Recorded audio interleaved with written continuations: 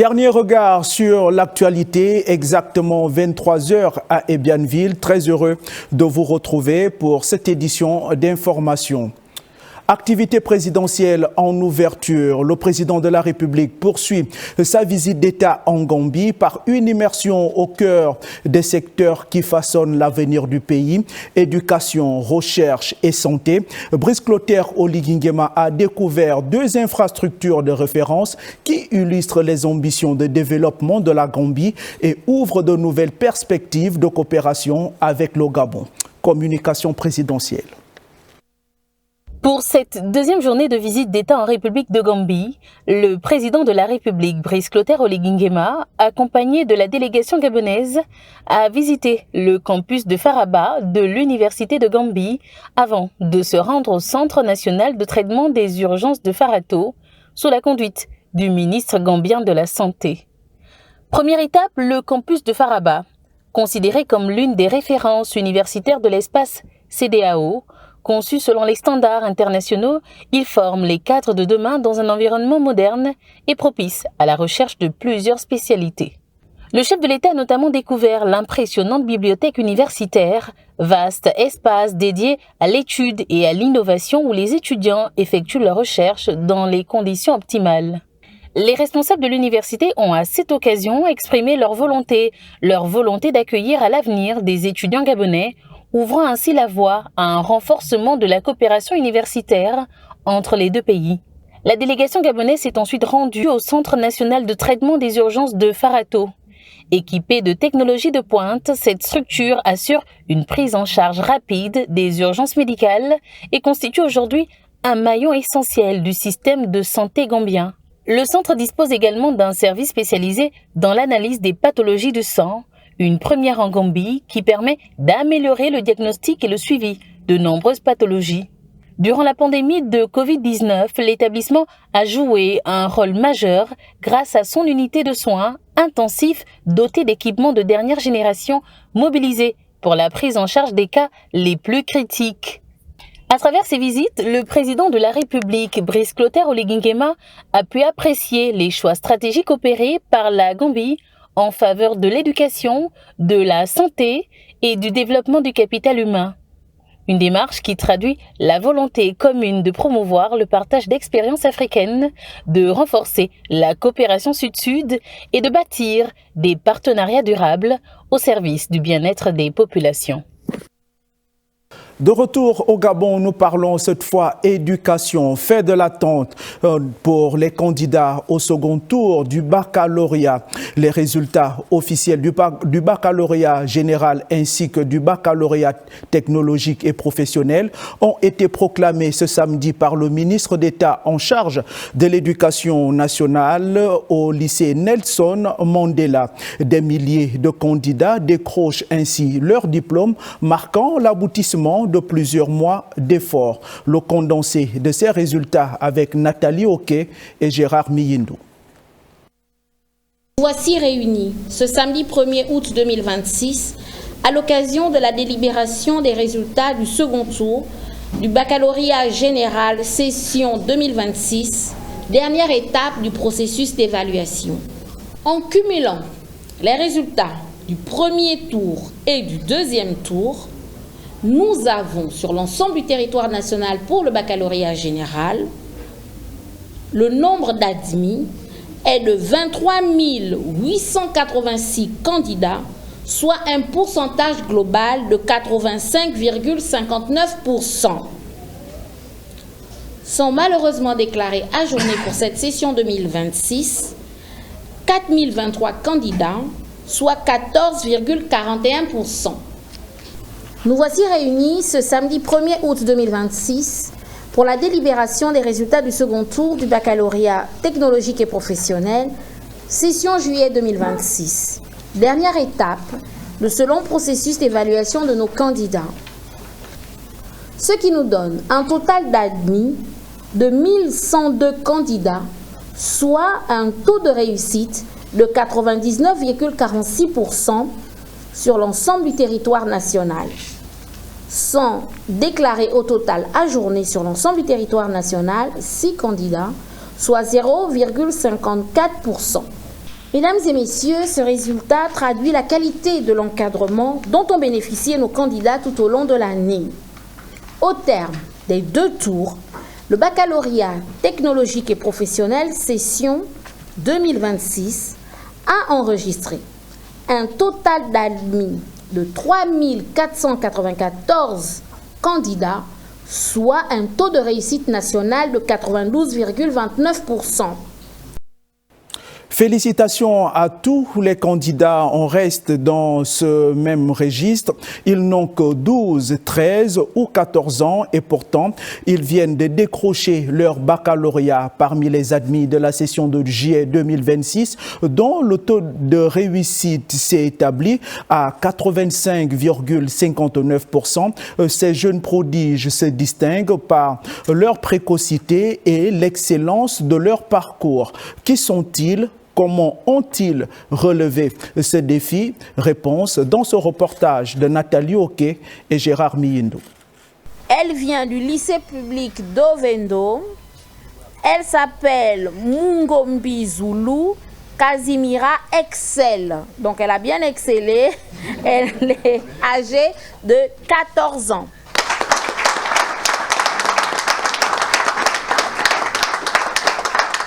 Une fin d'année positive pour les 85% d'admis au baccalauréat général au Gabon. Après la publication des résultats officiels devant jury, famille, administration scolaire, au centre du lycée Nelson Mandela, la ministre d'État a présenté à l'assistance les plus jeunes bacheliers de la session 2026. J'ai eu le bac avec 11,96, série économique, précisément B. Je suis très heureuse pour ce qui vient à peine de se passer. Ça fait plaisir, c'est pas...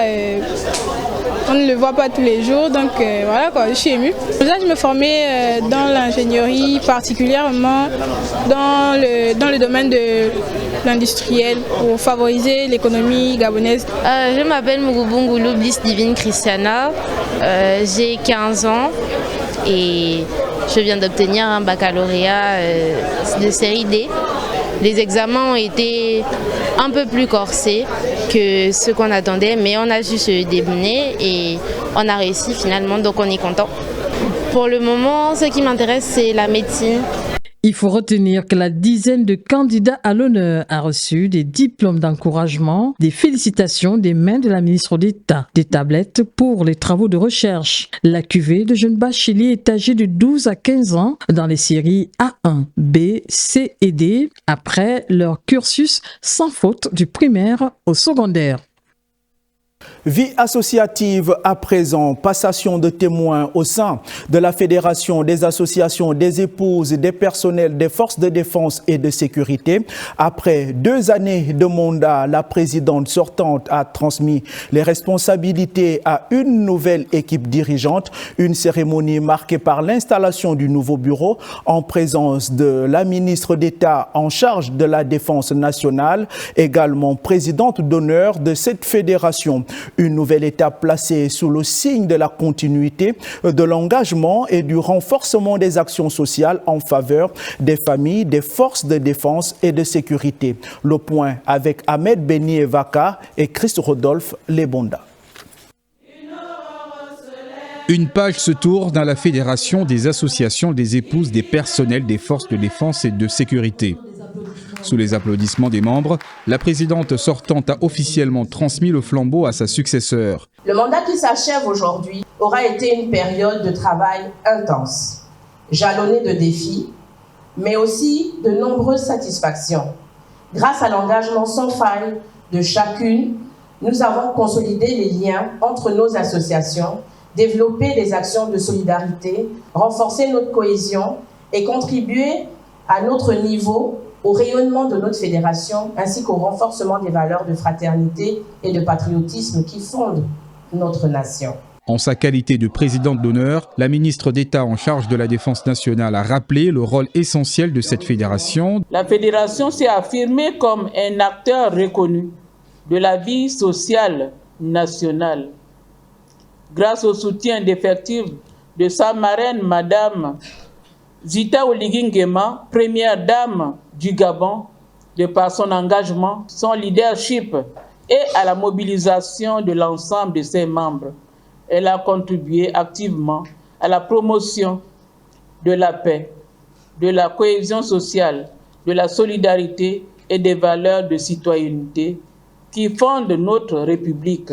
La nouvelle équipe entend poursuivre cette dynamique tout en développant de nouvelles initiatives au bénéfice de ses membres. La recherche perpétuelle de l'épanouissement commun est un idéal que nous devons tous cultiver. De là découleront l'effort, le dynamisme, le dévouement et l'efficacité de chacune d'entre nous. Portée par un nouvel exécutif, la Fédération des associations des épouses des personnels des forces de défense et de sécurité entend inscrire son action dans la continuité au service de la solidarité, de l'entraide et de l'accompagnement social. On reste en milieu militaire sous le regard fier des autorités et de leurs familles. 499 jeunes Gabonais ont officiellement été présentés au drapeau, marquant la fin de leur parcours de formation initiale au sein des forces armées gabonaises. La cérémonie solennelle qui s'est tenue le jeudi 30 juillet dernier dans un climat d'enthousiasme patriotique a consacré la métamorphose de citoyens en défenseurs de la nation. Reportage Maël Mabunda.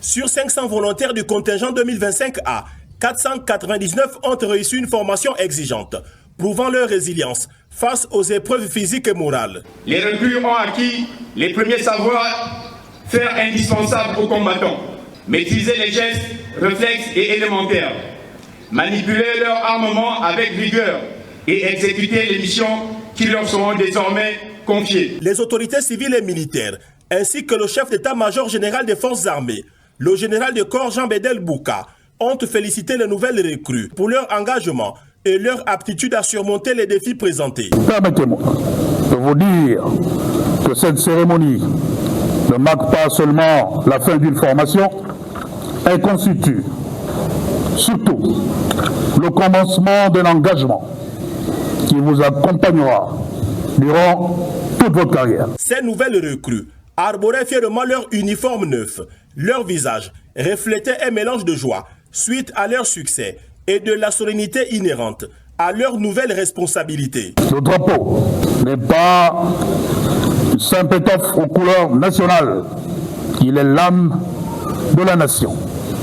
Il est le symbole de notre souveraineté, de notre indépendance, de notre unité nationale et de la mémoire de tous ceux qui, avant vous, ont servi avec fidélité. En le regardant flotter, vous ne devez jamais oublier qu'il incarne l'espérance de tout un peuple. À compter de ce jour, vous lui devez un respect absolu. Cette cérémonie, rythmée par des défilés militaires impeccables et des démonstrations de savoir-faire, a rappelé l'importance de la discipline, de l'honneur et de la loyauté, piliers fondamentaux de toute armée républicaine. Ce contingent 2025A, issu de plusieurs forces de défense, vient ainsi renforcer les rangs des forces armées gabonaises, prêtes à relever les défis sécuritaires actuels et futurs avec bravoure et dévouement. Lutte contre la vie chère des produits de première nécessité à prix réduit pour soulager le pouvoir d'achat des ménages. Le ministère de l'économie, à travers la centrale d'achat du Gabon, a lancé la 4e édition du Méga Market au stade de Siban. Une opération qui s'inscrit dans la stratégie gouvernementale de lutte contre la vie chère avec un objectif clair, rendre les produits essentiels plus accessibles aux populations. Le point avec le couple Osaga. Dès les premières heures de la matinée, les populations ont pris d'assaut le stade de Siban au PK9 pour profiter du méga market. Viande, conserves, produits ménagers et même produits locaux à moindre coût, au grand bonheur des populations. Ça permet à ceux qui n'ont pas assez de moyens de se procurer à moindre coût ce qu'ils peuvent. C'est bien de faire ça à la fin du mois parce que c'est là où tout le monde a quand même un peu de sous. Vous avez la petite boîte de Macédoine à presque 1000 francs ou bien 1000 et quelques. Or ici c'est à 500 francs. Bon, le méga marché, je le trouve, ça a été une bonne initiative d'organiser ce marché pour aider les Gabonais. On a dû ouvrir à 7h30 pile poil parce que l'engouement est tel qu'on ne pouvait plus attendre. Partie de 9 à 13 partenaires, la centrale d'achat a mis un accent particulier sur la valorisation des produits locaux avec la participation des entrepreneurs gabonais venus présenter des produits transformés localement. Il y a de nouveaux partenaires. Il y a des jeunes Gabonaises qui sont là, qui sont spécialisées dans des produits fumés. Il y a d'autres Gabonais qui sont arrivés avec un autre genre de riz. Il y a beaucoup de nouveaux partenaires, il y en a 4 au total. C'est une politique que nous faisons pour accompagner la vie chère. Et aujourd'hui, nous sommes dans les PK et je peux vous assurer que l'engouement est là depuis le matin. Cette 4e édition du Méga Market illustre la volonté de rapprocher davantage les produits essentiels des populations. Le Méga Market constitue de ce fait un espace de proximité favorisant l'accès à une offre diversifiée des produits à des prix essentiels tout en créant des opportunités pour les producteurs, les transformateurs et les distributeurs locaux. Mettre à l'honneur le savoir-faire gabonais et promouvoir la richesse des productions locales. À Essassa, une foire agricole s'est tenue ce samedi dans le cadre de la célébration de la journée de la femme gabonaise. Une vitrine du 100% Made in Gabon où producteurs et artisans ont exposé le meilleur de leur terroir entre valorisation des filières locales et encouragement à la consommation nationale. Faisons ces découvertes avec Marlène Bina et Évariste Ndoutouma. Fruits, légumes de saison, tubercules, épices et produits transformés. Les visiteurs découvrent une offre variée, reflet du dur labeur des agriculteurs d'Essassa. Je fais l'agriculture, je vends. Je pars prendre en bourse pour amener au marché. Je vends les tubercules, la banane, le manioc, les cassadans, le folon, les timbas. En tout cas, je vends un peu de tout. C'est les produits bio. On part de Toum pour venir ici parce que ici on sait qu'on va trouver des produits de qualité, donc c'est très bien. Et puis on n'a pas besoin de partir à Libreville. Voilà, je profite de prendre des produits qui sont bio. Au-delà de la simple exposition, cette foire est aussi un espace de rencontre et d'opportunités. Producteurs, partenaires et consommateurs échangent sur les techniques de production, les défis de la filière et les perspectives de développement d'une agriculture plus compétitive et créatrice d'emplois. Nous sommes ici, venus rencontrer ces femmes afin de pouvoir découvrir leurs produits respectueux de l'environnement à l'issue d'une gestion durable, afin de pouvoir mettre également en valeur leurs activités. Il y a un réel besoin qui est là avec ces femmes-là. Elles ont des familles, d'accord, et elles ont décidé de ne pas rester à s'asseoir chez elles. Elles ont décidé de faire quelque chose et nous voulons autant que faire se peut les accompagner. Donc j'encourage tout le monde, toutes les bonnes volontés, de pouvoir faire de même. Cette foire agricole confirme que le potentiel du secteur est bel et bien réel. Entre innovation, transformation et valorisation du terroir, les producteurs gabonais affichent leur ambition de faire du Made in Gabon une référence capable de répondre aux besoins du marché national. Le gaz est de retour dans les stations-service d'Épuisières. Les bouteilles sont de nouveau disponibles au grand soulagement des ménages qui attendaient ce produit devenu indispensable au quotidien. Mais derrière cette disponibilité retrouvée, quel est le parcours d'une bouteille de gaz, de sa production jusqu'à la mise à disposition des consommateurs?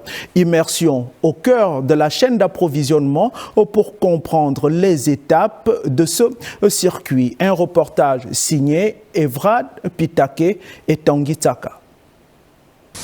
Le circuit de production du gaz désigne le parcours complet ainsi que l'ensemble des installations par lesquelles le gaz naturel passe depuis son extraction du sous-sol jusqu'à sa livraison aux consommateurs. C'est l'occasion pour la SGEPP de présenter ses différentes missions et d'édifier le grand public sur les étapes qui jalonnent ce processus. Alors la SGEPP, c'est la Société gabonaise d'entreposage des produits pétroliers. Sa mission donc consiste à réceptionner les produits pétroliers qui sont fabriqués par Sogara ou qui sont importés, à les stocker et à les mettre à disposition des marketeurs qui en sont les propriétaires. Donc les produits pétroliers dont nous parlons sont les produits blancs, donc essence, pétrole, gasoil, jet A1 pour les avions et gasoil, et le GPL, donc gaz de pétrole liquéfié, sous la forme de gaz butane que nous avons au sein de nos territoires. Le circuit de gaz comprend plusieurs étapes essentielles, notamment l'extraction, le traitement, le transport, le stockage et la distribution.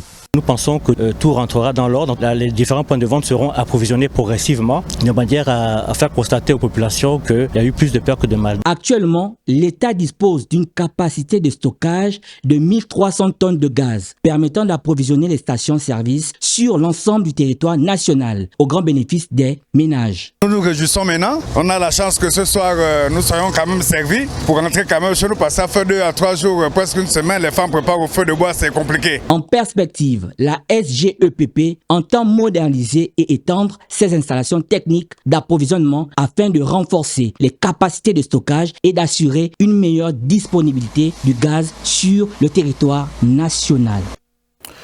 Tournez la page des coupures d'électricité et des difficultés d'accès à l'eau potable à Lebamba dans la province de Langounié. Un vaste chantier d'extension des réseaux électriques et d'adduction d'eau est en cours. Un projet structurant qui doit améliorer durablement le quotidien des habitants et accompagner le développement de la commune. Le point avec Lardingue Mamba et Chéli Manéa. Pose de poteaux électriques, canalisation d'eau potable. La ville de Lebamba dans la province de Langounié tourne progressivement le dos au stress hydrique et au délestage. Des travaux d'envergure sont lancés. Une extension de près de 10 km de réseaux électriques et d'adduction d'eau, avec pour objectif l'amélioration des conditions de vie des populations de ce périmètre du Gabon. Ce sont des travaux que nous avions attendus depuis Mathusalem. Et ces travaux se voient le jour aujourd'hui grâce à une seule personne. Le président de la République, chef de l'État, chef du gouvernement, son Excellence Brice Clotaire Oligui Nguema. Ces travaux, démarrés au mois de mars 2026, prendront fin au mois de septembre prochain. La Gabonaise d'énergie, maître d'ouvrage délégué du projet, rassure sur les délais de livraison. La SGE est là pour un projet d'envergure, c'est-à-dire l'adduction en eau potable au niveau de la ville de Lebamba, ainsi que l'alimentation en électricité. L'axe principal qu'on appelle Lebamba 2, nous sommes sur 7 km, que ce soit en conduite 225, que ce soit en alimentation HT. Nous sommes à 7 km pour les deux. Maintenant, nous avons ce qu'on appelle des périphériques, des quartiers, à laquelle vous aurez l'adduction en 90, ce sont les tuyaux plus petits qui vont dans les quartiers. Le délai prévisionnel, c'est de 7 mois. Et jusqu'à présent, nous sommes dans les délais. Bientôt la fin du calvaire pour les ménages de Lebamba. La vision sociale du président Brice Clotaire Oligui Nguema se matérialise. Ces travaux d'extension en électricité et en eau potable sont une réponse claire des autorités à apporter un bien-être aux populations gabonaises. Nous parlons aussi travaux publics dans cette édition d'information. Sur l'axe Bifoun-Lambaréné, le chantier avance sous le regard des autorités. Long de 71 km, cette route stratégique fait l'objet d'opérations de réhabilitation et de renforcement pour améliorer la mobilité des usagers. Ce jeudi 30 juillet 2026, le ministre des Travaux publics et de la Construction, Edgar Mukumbi, s'est rendu sur le terrain pour évaluer l'état d'avancement des travaux. Une visite d'inspection menée aux côtés d'une délégation d'ingénieurs, de techniciens et des responsables de l'entreprise Shiba Holding. Betty Anzembe, Tito Mohamed et Chéli Manéa. Edgar Mukumbi a parcouru l'intégralité du linéaire Bifoun-Lambaréné, long de 71 km en marquant des arrêts stratégiques sur les endroits clés du projet de réhabilitation et de renforcement de ce chantier routier. Le membre du gouvernement a pu constater au PK35 que l'espace réservé aux installations de la base vie de l'équipe est prêt pour accueillir leur logement. Au PK60, il a visité le site de la carrière de concassage dans le village Miton. Que ce soit la grave bitume et les enrobés, c'est avec des concassés on le fait. Donc on a anticipé, on a recherché une carrière, c'est là où on est actuellement, une carrière de granit. On a démarré les sondages carottés pour s'assurer de la bonne qualité de la roche. Outre les aspects techniques, le ministre a instruit à l'entreprise Shiba Holding de privilégier la main-d'œuvre locale. En dehors des ouvriers, donc de la main-d'œuvre courante, mais au niveau du management, on doit pouvoir voir si on a prévu un DGA. Si le DGA est effectivement ivoirien, le DGA devrait être gabonais. Si on a un poste d'administration et un poste de directeur de personnel, le directeur administratif et financier, par exemple, peut être chez Shiba Group, et le directeur du personnel, pour les questions donc effectivement de code du travail, de la loi et tout ça, on devrait avoir un Gabonais. L'entreprise, étant déjà en partenariat avec le pôle national de promotion de l'emploi, rassure la tutelle de la prise en compte de cet aspect social. Permettre à la population environnante de bénéficier de ce projet, il y a de l'emploi qu'on va créer.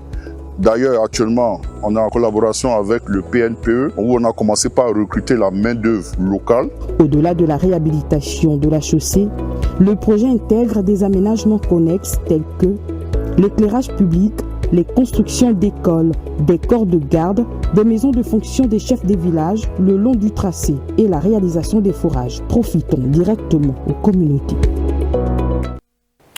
En justice, la présomption d'innocence, un principe sacré au cœur de l'état de droit. Pour outiller les acteurs de la justice et garantir une meilleure protection des droits des citoyens, l'École nationale de la magistrature a organisé vendredi dernier un atelier de formation consacré à cette exigence fondamentale. Une rencontre qui s'est tenue en présence de la directrice des affaires sociales et de la protection de l'enfance, représentant le ministre de la Justice empêché. Bienvenue Nelkem, Gérard Magnagna et Branly Timba. La présomption d'innocence, au cœur d'un atelier de formation organisé par l'École nationale de la magistrature. Placé sous le thème « Regard croisé des juridictions judiciaires, administratives et des médias », cette rencontre réunit magistrats, professionnels des médias et autres acteurs du secteur judiciaire autour d'un objectif commun. À l'heure où l'information circule instantanément, où les réseaux sociaux amplifient les perceptions, il nous appartient de préserver cet équilibre essentiel entre le droit d'informer et le droit d'être présumé innocent, afin de renforcer une compréhension commune des responsabilités de chacun et de promouvoir des pratiques conformes aux exigences de notre état de droit. La cérémonie d'ouverture a été présidée par la directrice des affaires sociales et de la protection de l'enfance. Le ministre de la Justice, garde des Sceaux chargé des droits humains, porte un intérêt particulier au respect des procédures judiciaires. La présomption d'innocence n'est pas une simple règle de procédure. Elle est une exigence de civilisation juridique. Elle protège la dignité de la personne humaine, garantit l'équilibre du procès et rappelle que la justice ne peut être guidée ni par l'émotion, ni par la pression de l'opinion publique, mais exclusivement par le droit et par les preuves. Organisé avec l'appui technique du Programme des Nations Unies pour le développement et le soutien financier du Japon, cet atelier s'inscrit dans le cadre des actions visant à promouvoir la bonne gouvernance, à consolider l'état de droit et à renforcer les institutions judiciaires du pays. Faire de la santé et de la sécurité au travail une priorité. Au Codalec, entreprise spécialisée dans les solutions en courant fort, franchit une nouvelle étape en installant son comité de santé et de sécurité au travail. Une instance chargée de renforcer la prévention des risques professionnels et d'améliorer durablement les conditions de travail des employés. Le point avec Ernil Kozas-Kombila, Just Njana et Branly Timba. La CODALEC vient de se doter d'un comité santé et sécurité au travail, une étape importante dans le renforcement de son engagement en faveur de la prévention des risques professionnels, de la protection de la santé des collaborateurs et de l'amélioration continue des conditions de travail. L'enjeu aujourd'hui, c'est de mettre en place une culture de l'entreprise et de pouvoir aujourd'hui faire prendre conscience à tout le monde que l'entreprise est au service des humains et c'est comme on dit, le travail c'est la santé. Et de pouvoir aujourd'hui, à ce que tout le monde puisse aujourd'hui se réveiller en bonne santé et rentrer chez lui aussi en bonne santé. Quelqu'un qui est en bonne santé, c'est quelqu'un qui est performant dans le travail, c'est quelqu'un qui va pouvoir aujourd'hui mieux travailler. Et l'encadrement aujourd'hui du travail est quelque chose d'important. L'environnement est quelque chose d'important. Et mettre les gens dans de bonnes conditions, dans le cadre de la formation, dans le cadre de la sensibilisation, dans le cadre de l'accompagnement de tous les jours, fait partie aujourd'hui de nos obligations en tant que directeur général de la CODALEC. Avec cet outil de prévention de tout risque en milieu professionnel, le comité se dit être bien prêt à relever tous les défis pour le bien-être de chaque agent au quotidien. Nous sommes dans un secteur qui représente de multiples risques. On parle quand même du secteur des BTP. Si on parle d'électricité, effectivement, on parle des situations quand même à haut risque. Notre mission, ce sera aujourd'hui de permettre à chaque membre du personnel de la CODALEC de pouvoir quitter son lieu de travail en toute sécurité et de pouvoir également regagner sa famille en toute sécurité.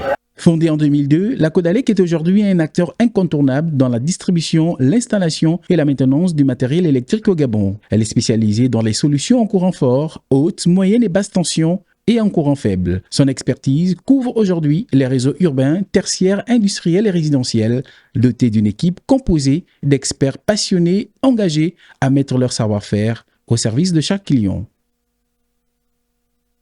Et on parle culture avec ce programme de vacances destiné à occuper sainement les enfants à travers chaque arrondissement de la capitale gabonaise sur une période d'un mois. Le village culturel vacances de sa dénomination a officiellement été lancé par les initiateurs, à savoir la mairie de Libreville et l'UNESCO. Voyons tout cela avec Jean Dodio Goms-Gombi et Just Njana. Occuper les jeunes âgés de 7 à 17 ans en cette période de vacances à Libreville est le point d'orgue de cette initiative du maire de Libreville qui a procédé ce jour au lancement officiel des activités du village culturel vacances. Cette cérémonie est bien plus qu'une simple ouverture d'activités de vacances. Elle marque la naissance d'un projet ambitieux, porteur d'espérance et résolument tourné vers l'avenir. Nous avons voulu créer un espace où nos enfants pourront apprendre autrement, grandir ensemble et surtout renouer avec les valeurs qui fondent notre identité nationale. En partenariat avec l'UNESCO, pendant un mois, les enfants vont aborder plusieurs sujets dont l'éducation, le patrimoine culturel, les langues locales, éveil et la créativité. Ce village culturel permettra de parler aux jeunes, de transmettre des valeurs fondées sur les savoirs locaux. Pour construire leur identité, ils permettent de sensibiliser, d'éduquer et de donner des occupations saines pendant cette période de vacances scolaires qui peut être la source de l'épanouissement. Je voudrais réaffirmer l'engagement de l'UNESCO en faveur de la promotion et la sauvegarde des langues locales, y compris les savoirs et les savoir-faire locaux qui représentent bien davantage que simples moyens de communication. Ils sont au total 700 jeunes qui seront regroupés à travers les 6 arrondissements de la commune de Libreville. Dans le même registre, la culture gabonaise s'apprête à vibrer au rythme de sa plus grande célébration. Du 21 au 23 août prochain, Libreville accueillera la 15e édition de la Fête de la Culture, un rendez-vous dédié à la promotion du patrimoine national et à la valorisation des talents artistiques. L'événement a officiellement été annoncé ce jour par le ministre du Rayonnement culturel et des Arts, Paul Ulrich Kessani, lors d'une conférence de presse réunissant le corps diplomatique, les membres du gouvernement et plusieurs figures emblématiques de la scène culturelle gabonaise. Le point avec Cabrel Guilan Lemami et Lubestar Lenyongo. Libreville s'apprête à abriter un événement majeur. Il s'agit de la 15e édition de la fête de culture prévue du 21 au 23 août prochain. L'annonce est faite dans cette salle bondée de monde par le ministre en charge du rayonnement culturel, Paul Kessani. La conférence de presse qui nous réunit aujourd'hui ici s'inscrit dans cette dynamique. Elle marque le début d'une mobilisation nationale autour d'une célébration qui rassemblera les Gabonaises et les Gabonais autour de ce qu'ils ont de plus précieux, leur identité culturelle.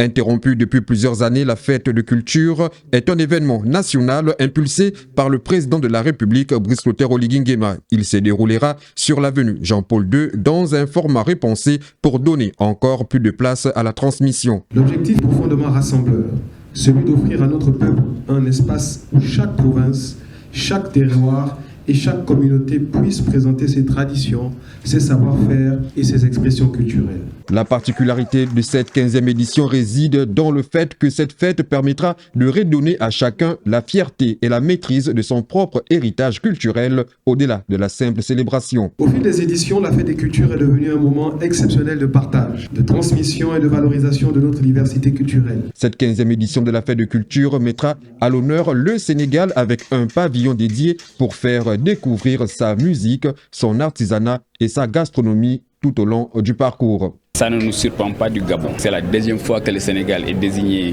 pays invité d'honneur, en 2010 avec la Guyane française. Le cinquantenaire aussi de l'indépendance du Gabon, le Sénégal a été invité d'honneur. Cela traduit l'excellence de nos relations. C'est sous le thème réappropriation de nos valeurs culturelles que se déroulera cette fête de culture ouverte dans un esprit de partage de culture. Une note de sport à présent. Après une semaine d'échanges consacrés à la promotion du journalisme sportif féminin, les membres de l'Union des femmes reporters sportives d'Afrique centrale et de l'Ouest francophone poursuivent leur séjour au Gabon. Conduites par leurs représentantes gabonaises, les présidentes des sections du Congo-Brazzaville, de la Guinée équatoriale, du Cameroun et de la Côte d'Ivoire ont été reçues en audience par le ministre des Sports. Une rencontre placée sous le signe du renforcement de la place des femmes dans la couverture médiatique sportive. Bienvenue Nelkem, Roméo Lembimi et Brandy Timba. Il est un peu plus de 19h ce vendredi, mais la journée, loin d'être terminée pour le ministre des Sports. Il reçoit en audience la délégation de l'Union des femmes reporters sportives d'Afrique, venue lui rendre une visite de courtoisie au lendemain de la clôture de sa semaine d'activité organisée à Libreville. Au-delà des civilités, les échanges ont porté sur la promotion du journalisme sportif au féminin et sur les perspectives de développement de cette organisation. Nous aurons au mois de mars 2027 les awards de la femme sportive et à côté de ces awards, nous avons également sollicité de l'État du Gabon qu'il nous offre un siège. Pour la présidente de l'Union des femmes reporters sportives d'Afrique, le choix du Gabon pour accueillir la grande rencontre prévue en 2027 n'est pas fortuit. Nous voyons l'intérêt que le président de la République accorde à la femme. Comme je l'ai dit, voir déjà Raïssa nommé chef de service sport, il a fallu la volonté du chef de l'État. Donc, voyant tout ce qu'il fait, il n'y a pas que Raïssa. Nous avons vu Madame le directeur général de la radio du groupe Gabon Télévision. Nous avons vu rencontrer aussi d'autres femmes, Madame le conseiller spécial du sport et autres. Il fait confiance également à la femme. Donc, raison pour laquelle on s'est dit, mais pourquoi ne pas le solliciter pour nous accompagner? Parce qu'il accorde un intérêt particulier à l'évolution de la femme. Saluant cette initiative, le ministre des Sports, Paul-Ulrich Kessani, a affirmé le soutien des autorités gabonaises aux actions qui contribuent au rayonnement du sport. Et pour la boucle de cette édition d'information, clap de fin pour la semaine de l'UFRESGA. Après 2 jours d'échange, de réflexion et de partage d'expériences, l'événement s'est achevé sur une note résolument tournée vers l'avenir. Au programme de cette dernière journée, une session de formation, un panel consacré à la place de la femme dans le journalisme sportif.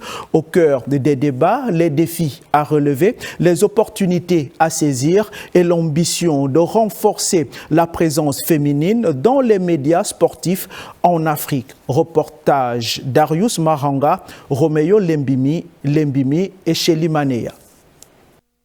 Clôturer une semaine d'engagement en préparant l'avenir, c'est l'objectif de cette dernière journée de la semaine UFRESGA, marquée par un atelier de formation destiné à renforcer les compétences des femmes journalistes sportives. Point d'orgue de cette édition, un panel placé sur le thème « Femmes, médias, sport », le trio gagnant, l'Afrique qui gagne. Autour de la table, des femmes reconnues dans le monde du sport. Nous avons la chance d'avoir UFRESGA qui milite beaucoup pour vulgariser et promouvoir le sport féminin dans les médias.